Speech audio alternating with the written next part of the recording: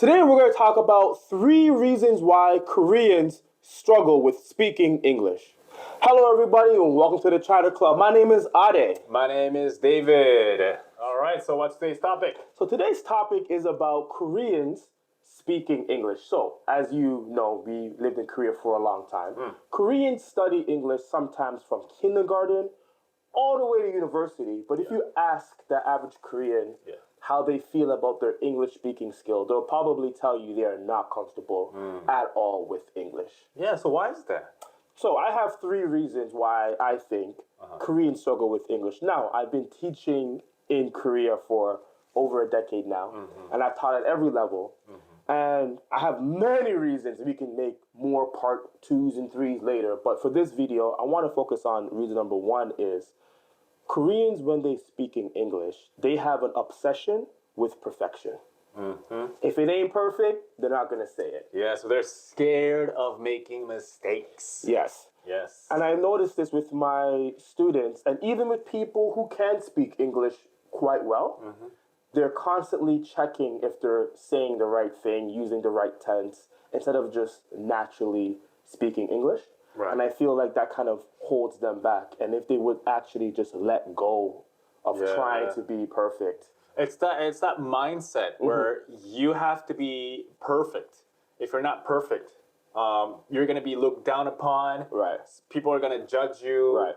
And because they're afraid of that, they're afraid of speaking, period. Absolutely. Yeah. So usually in my classes, the first thing I tell my students is, listen, there's good news and there's bad news.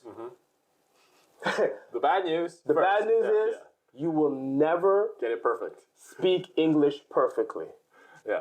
And the good news is nobody speaks English perfectly. Not even your professor. Yeah, for sure. No one speaks English perfect. Yeah. And even Koreans don't speak Korean perfectly. No one speaks perfect 100% of the time. So let go of the concept that I have to speak perfectly. Exactly. That's a good point.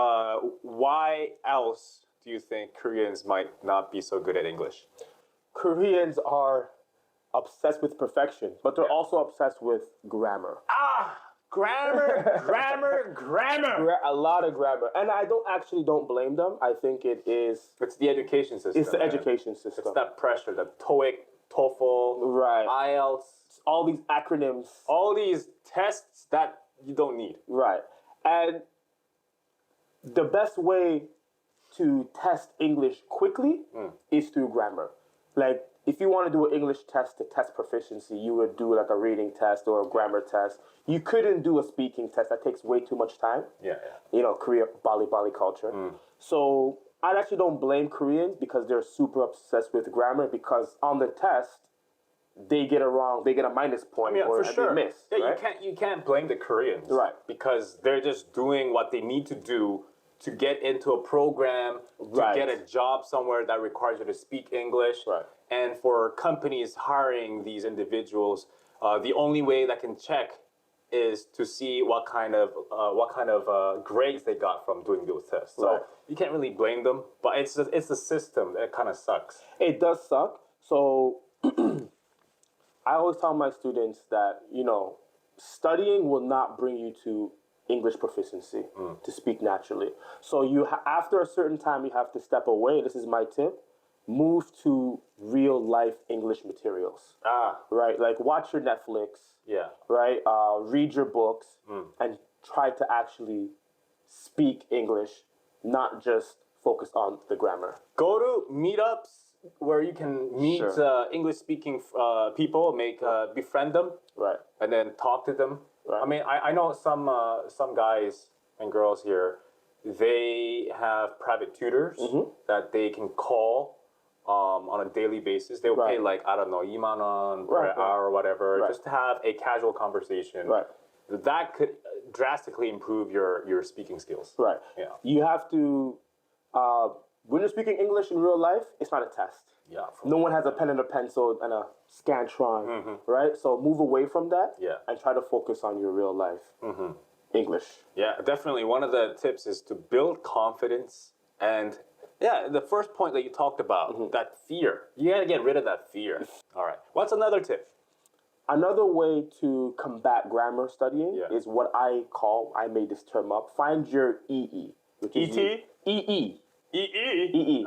Which is your English enjoyment. Oh, okay. So whatever you like to do, try to do it in English. Right? So if you like reading books, try to read it in English. If you like listening to Korean, baseball or basketball, whatever it is, try listening to it in English. Right, watch ESPN instead of NBC News. Whatever it is. So it's more natural. Yeah. And that way you don't feel like you're studying. It's just naturally you're listening to English and you're enjoying it. Yeah, good point on the EE. Yeah, you came up with the acronym, but I always tell my friends in Korea who wants to like improve their, I guess maybe the reading proficiency.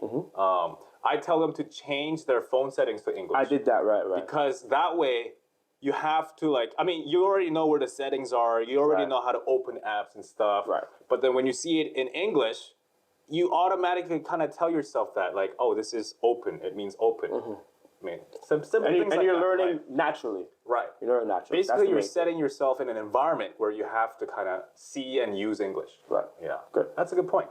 So, point number 3 that I want to talk about today is the lack of opportunity. So, I checked this morning.